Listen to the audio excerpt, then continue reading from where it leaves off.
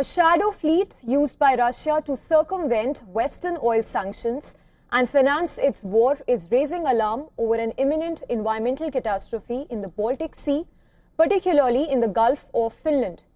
Since sanctions were imposed on Russian oil to curb its war funding, Moscow built its own answer, a shadow fleet of hundreds of oil tankers with dubious ownership operating outside global insurance standards.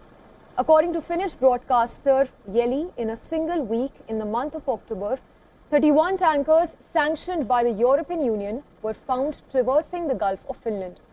At least 25 of these are older than 15 years, making them an environmental hazard. So the question is, what is shadow fleet?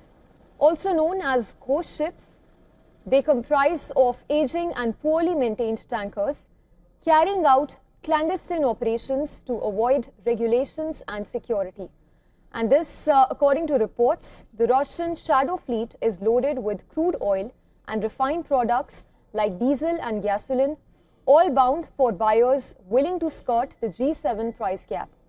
Experts warn that the risk of environmental accidents is at an elevated level, as the vessels serve Russian Baltic Sea ports of Primorsk, which is due to poor condition of the oil ships that often disable their navigational tracking systems. One oil spill could have serious consequences for Finland and neighboring nations too. With US targeting Moscow's financial lifeline, introducing sweeping sanctions on two Russian oil giants, Rosneft and Lukoil, the European Union is now considering increasing the ability of member states to physically carry out inspections on these high-risk ships. According to reports, the European Union has added over 100 more tankers to the blacklist as part of new sanctions last week, which essentially means that the vessels would be banned from port access and receiving services within the European Union.